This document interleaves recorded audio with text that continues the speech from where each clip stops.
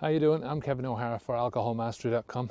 Today I wanted to talk about 5 different ways that you can find motivation to quit drinking, either before or maybe during your quit, during the first few days, that kind of thing.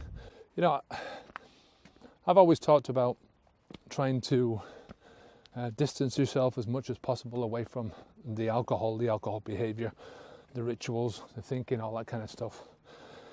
And finding something in the future, a goal, a target that you can aim towards, something that's going to pull you forwards like a big elastic band that's wrapped around you, and it's just tugging and pulling on you. Now, one of the ways that you can sort of find motivation and keep it is to find a goal that you're excited about. If you're not excited about the goal that you're aiming towards, then you're going to find it difficult to keep the motivation up, keep you going, especially if it's a very long-term goal, so whatever it is, it's got to be something that you really want to do, something big in your life, something that's going to bring you a buzz, something that you can get up every day and you can hustle to move yourself forwards towards the goal, so that you can get where you want to go. And you can have short-term goals, they're just as good, so long as there's something that is driving you forwards. One of my short-term goals at the moment is to visit Vietnam. It's just something about the country, that region, Vietnam, Indonesia, all that kind of area, that sort of excites me, and it's somewhere I've never been. I've never been outside Europe. I'd love to visit the States, but I think I'll leave that until maybe 5 years. I don't want to go over there yet, unless something drags me across there, but yeah. So at the moment, it's something I want to do in maybe the next year, is to go visit Vietnam. And that's something that is pushing me towards looking into more information about it, trying to figure out how I'm going to do it, the logistics of it, how long we're going to stay there, what we're going to go and see when we're there. And, I feel sort of buzzy about this, it's something that I can work towards. I have a lot of long-term goals as well, but, you need sort of a selection of both. You need a couple of long-term goals in your life from different categories, maybe one, from a personal perspective, something to do with your family or, your life in general. Number 2 is to stop bitching about things, both externally, saying it out loud to people, or in your mind. Stop saying to yourself, I can't do this, I can't do that, this excuse, that excuse. It doesn't do anything good for you, all it does is waste your time, waste your energy, and saps your willpower. We all have obstacles in our lives, every one of us. And if you want to succeed in anything in life, if you want to push yourself forward and keep motivated to do these things, you've got to figure out a positive way around these obstacles. There's always a way. There's always a way, either around the obstacle, over the obstacle, or through the obstacle if you have to, But don't bitch about it, Stop being negative about it. Negativity will just bring you down. Negativity can become a spiral where you're just spiraling out of control, and you're one negative thought leads to another negative thought, and so on and so forth. Go the opposite route. As soon as you feel yourself heading down that road, just say to yourself, do the opposite.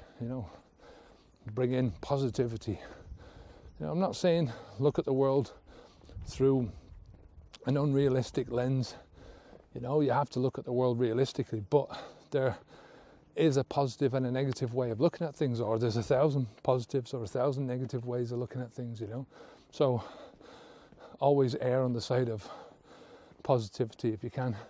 Number 3, as a momentary thing to do, as something to lift your spirits, is either go for a walk, right? A brisk walk, something that will get your blood flowing a little bit. Talk to somebody who is positive and has got your back, or take a shower. Any of these three things can sort of do a lot to lift you up and to change your mood, to change the way you think about things. I do all three. I'm lucky enough to have a partner who will listen to me. My son will often listen to me if I can get him sort of isolated and away from people at the other end. Otherwise, he tends to have 2 or 3 different conversations going, and I don't know who the hell he's talking to. But my partner will listen to me, so I'm lucky enough there. And then I've got a very supportive family around me, so I'm lucky that way.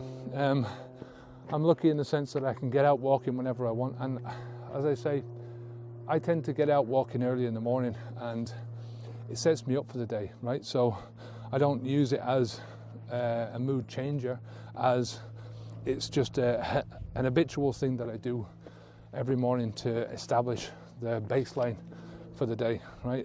And yeah, obviously showering is just it's a really quick and easy way to change your mood. A nice warm shower, does wonders. Just stand underneath the hot water for a while and it can do wonders for you.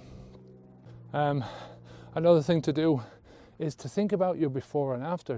Think about things from the perspective of what was going on before, why you came to this decision, why you made the choice to quit drinking in the first place, right? Take that, have a look at it. Look at all the ramifications of that. Look at where you were, what you were thinking, what the consequences of your drinking were, what was generally happening in your life that brought you to this stage. And then, take that by step forwards into your life and try and imagine yourself what things were going to be like in 5 or 10 years' time. And, spend a bit of time thinking about this, and then go and think about the after. Think about if you quit drinking now, what's going to happen to you, or what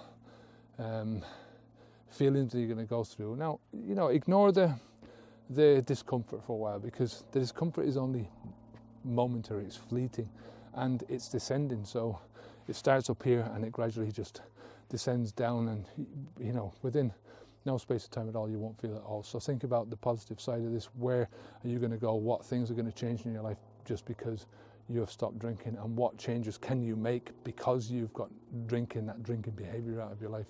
It's a great exercise that to bring you motivation, because you can see, and only you can do this, you can see from your life, from your perspective, exactly what's going to happen after you quit drinking, or you have a fair idea of what's going to happen, and it can give you a lift and sort of reinforce that you're on the right path, to where you want to go, right? That can be really motivating. And that sort of brings me to number 5, which is to focus on the benefits instead of the disadvantages.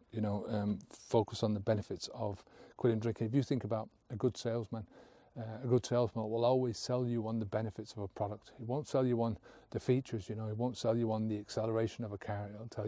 He'll sell you on that you can get from A to B a lot quicker. He won't sell you on the leather seats. He'll sell you on the smell of the leather, the comfort of the leather, blah, blah, blah, that kind of thing, right? So you've got to sell the shit out of yourself, you've got to sell the shit out of what you want in life. You've got to sell yourself the benefits of these things. So I hope that gave you something.